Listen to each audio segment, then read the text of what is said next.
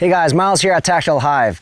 After you've honed your skills as a shooter, the next step is to take your shooting skills and test yourself under stress. You want to apply your marksmanship skills under real-life situations. A while back, Rossen, the director of training at Tactical Performance Center, who you've probably seen in some of our videos, introduced me to one of his friends, Imri Morgenstern, who is the founder of Prime Combat Training.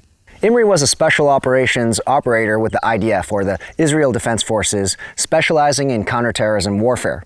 He's also a member of the Tactical Rifleman team, and as I mentioned, he runs his own classes under his own umbrella, Prime Combat Training. Imri and Rossen teamed up together to create a comprehensive Combatives program that places students in disruptive environments and focuses on fighting, not only with a gun, but with all the tools at your disposal. They invited me to Kentucky to Louisville Armory to get a taste of their program. There aren't many programs like this in the US, so if you're interested, make sure to check out the review. Let's take a closer look. For 18 hours straight, Imri and Rossen ran me through an intensive that included refining my marksmanship skills, performing in disruptive environments while exhausted, blade work, one-man CQB, and force-on-force training. Their program revolves around civilians with the goal of introducing them to the mindset and techniques necessary to survive deadly encounters. For example, one must develop the mental toughness to get the job done no matter how exhausting one might be. And in real gunfights, one should always be moving or minimizing exposure by using cover or concealment. They also talked about and often revisited the principle of sacrifice. There are many ways to do different things, especially in combat, and one has to understand the pros and cons to each. For example, one technique might be faster but less reliable. One has to ask themselves what's more important. The program can be catered to different skill levels, but I feel advanced shooters will get the most out of it. We started with Rossen refining my shooting skills. As some of you already know, when it comes to learning the core skills of marksmanship, I have yet to come across a better program than what Rossen has put together with the team at TPC. Rossen ran through the major principles covered in his own handgun mastery class, giving me the opportunity to polish my skills and develop a deeper understanding and appreciation of their system. We reviewed stance, grip, trigger control, tested my shooting platform, and further refined my draw. It was a great review of my core skills, and I cannot recommend TPC's program enough. We then moved on to working malfunctions. Rather than diagnosing the malfunction, they had me pay attention to where my slide was. If my slide was completely forward when my gun malfunctions, I know I need to tap rack. If my slide is locked all the way back, I know I have to reload the gun. If my slide is somewhere in between, I use the same process to clear the gun, strip the mag, rack the slide 2 to 3 times, and reload the gun. Using this method, we don't have to think about whether there is a stovepipe malfunction, a double feed, or any other kind of malfunction. We ought to fix the malfunction the same way. I've come across about half a dozen other instructors who teach the same way to keep things simple. When working malfunctions, they drove in the point that I need to make myself a hard target, which means either I have to minimize my exposure by using cover or concealment, or I need to keep moving. Also, if my weapon malfunctions within striking distance, I ought to go hands-on and deal with the threat first before trying to fix a malfunction. It was a coincidence that they taught this because the previous evening over dinner, I talked about how I feel the tactical industry is too gun-centric or shooting-focused when it comes to real-life self-defense. At such a close distance, one doesn't have the time to deal with a malfunction, nor is it likely they can create enough space, especially if someone is attacking them with a knife or even worse, a gun. After malfunctions, we discussed magazine changes. They reiterated the importance of minimizing my exposure or moving while reloading. While Rossen covered the traditional way to reload, Imri showed me a different method I've never seen before. Imri keeps his magazines further back on his support side and has his magazines oriented differently. Typically, we learn to place our mags in our mag pouches with our bullets facing forward. Imri does the opposite. He prefers this method because he grabs his magazines from the rear. Now you might be asking why. As you may already know, magazines can get stuck when trying to release them. If they get stuck, a shooter needs to strip the mag out. By default, Imri likes to strip his mags when reloading. It takes more time, but it's more reliable. Again, the principle of sacrifice. When he strips a mag out, he throws the mag behind him because he no longer needs the mag and does not want it in the way. By throwing his mags behind him, his arm naturally swings back from the rear rather than from the front, where he can now index a fresh mag and conduct his reload. We worked on various drills to work different skill sets and give me the opportunity to get more repetitions. Then, we ended the marksmanship segment of our training covering visual acceptability.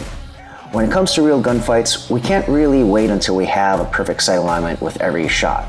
We need to understand what is acceptable so we can shave off time while still hitting our targets. We moved on to conducting a number of different drills that built on top of each other, getting more physically demanding and challenging. We started with a closing the distance drill. It allowed me to work on many things we covered thus far while adding movement and getting my heart rate up. The drill required me to take several shots from the 25-yard line, run to the 15-yard line and shoot several shots again, then run to the 7-yard line and end with several more shots. They stressed maintaining control of the weapon while running and to avoid the common tempo index. This wasn't the first time I've heard people talk about the importance of having better positive control of one's firearm, especially when running and when near other people. It's easy for someone to drop their firearm without good positive control.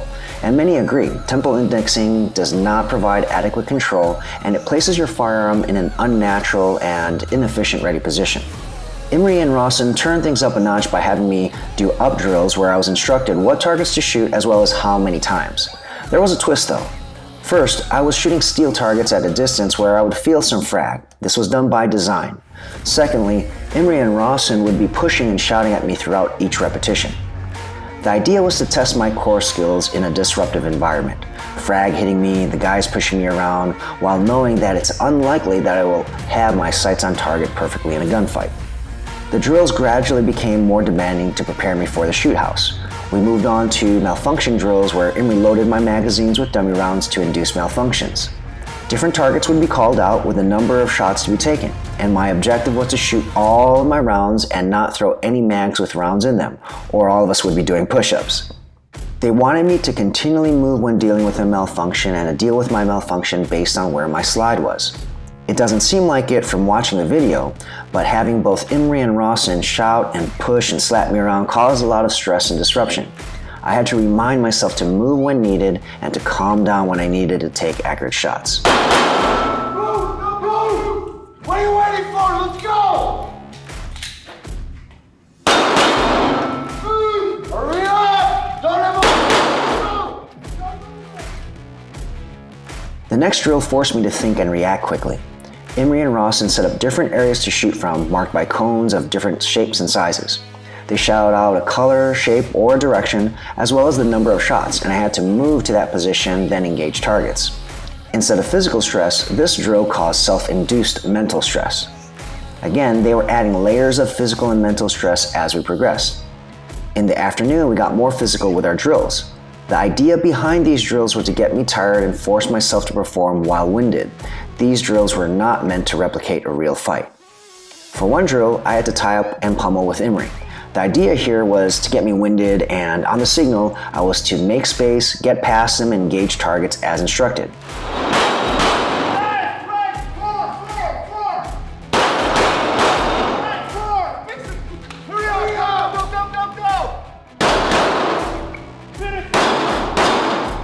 We then moved on to the next level of this drill.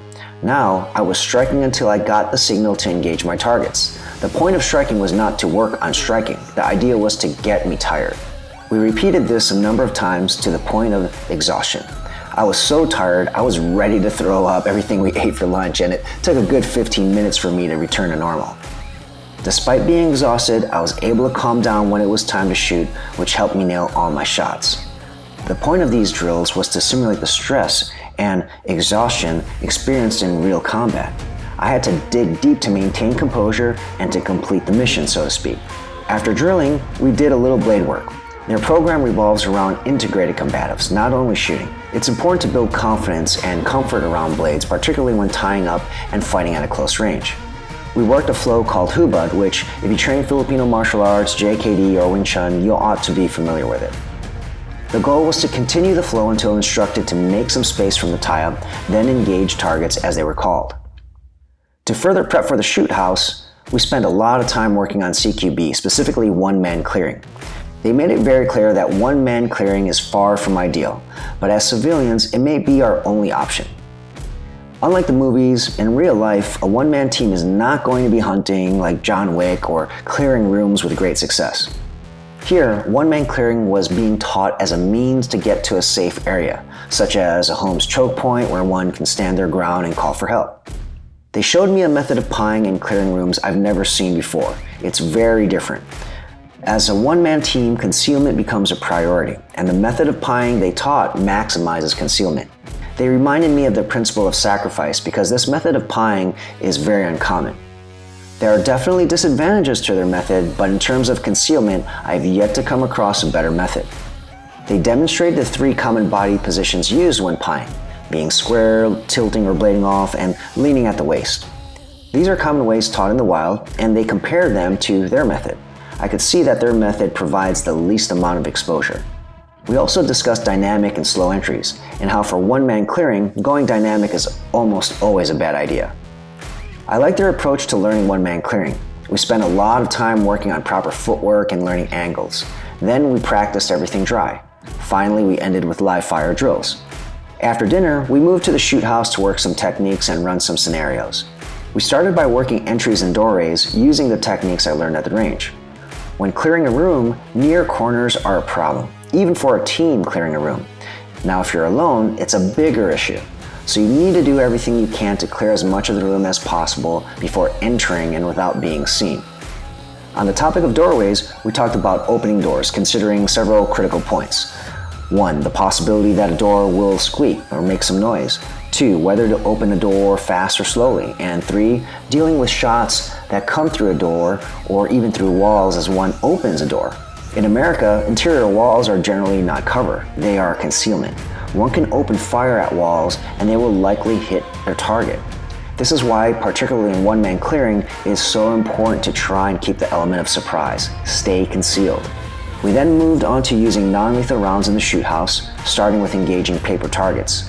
This gave me the opportunity to rep what we had been working all day, and it gave them a chance to remind me to always be aware of what's behind my target. You've heard the firearm safety rule, know what's behind your target and beyond.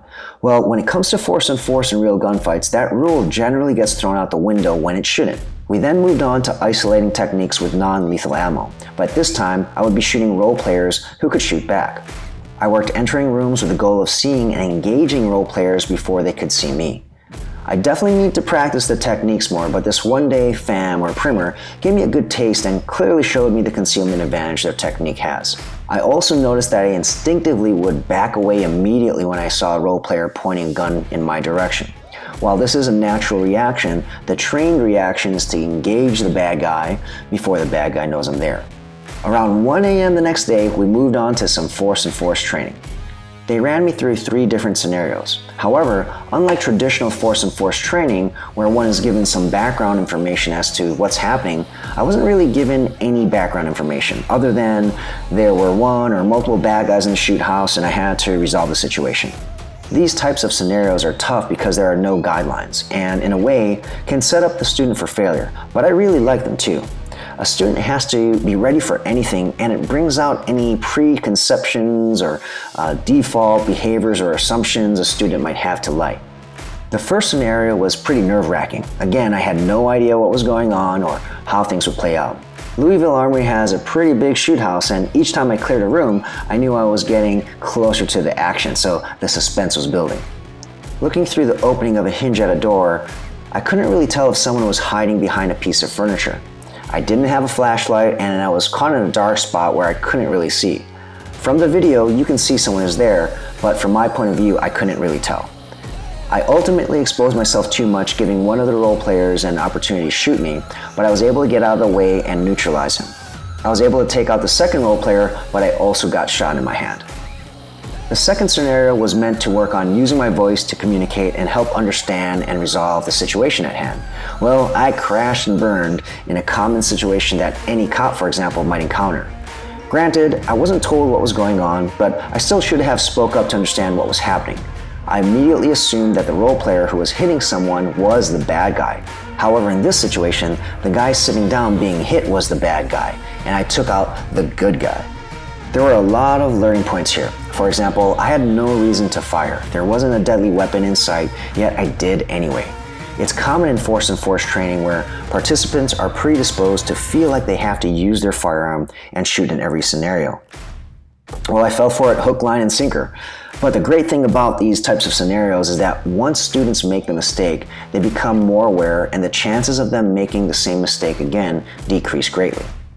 The last scenario was really fun. They turned off all the lights except a few flashing strobe lights to simulate a crack house. However, I had no idea what was happening going into the scenario. I only learned everything during the after-action review. It was really dark, darker than the previous scenarios. I remember one area where down a hall I could see a silhouette which ended up being a dummy. It was so dark though I couldn't really tell. I didn't want to shout out to maintain an element of surprise against the role players, and I didn't want to rush in. Here, not really having any background made it difficult to know what the proper course of action should be. But again, these situations bring out our default behavior. I had to deal with two role players pretending to be Hyve who acted as distractions. There was one role player with a gun, and in the end, I rushed my movements because of the distractions and ultimately got shot. However, we continued the scenario until I finished the mission. I engaged the role player with a gun, but completely lost track of Rossen, who picked up a gun in a different room and shot me. All because I wouldn't have a drink with him. In the video, he offered me vodka on several occasions, I think in Bulgarian, and I just had to turn him down. We ended our training day with an after-action review. There were a lot of learning points to discuss, and even though it was around 3 or 4 a.m., both Imri and Rossen were in no rush and made sure I learned all the good stuff. As you can see from the video, they cover a lot of ground, from marksmanship to blade work to CQB to just understanding different ways to de-escalate. And this is something that, again, you don't really see around in the US very often. So I highly recommend that you guys check out their training, Prime Combat Training. Now keep in mind, this was just a taste. They have a full curriculum, and so I have not been through the full curriculum, but if this intense training session with them was any indication, you guys are in for a real treat.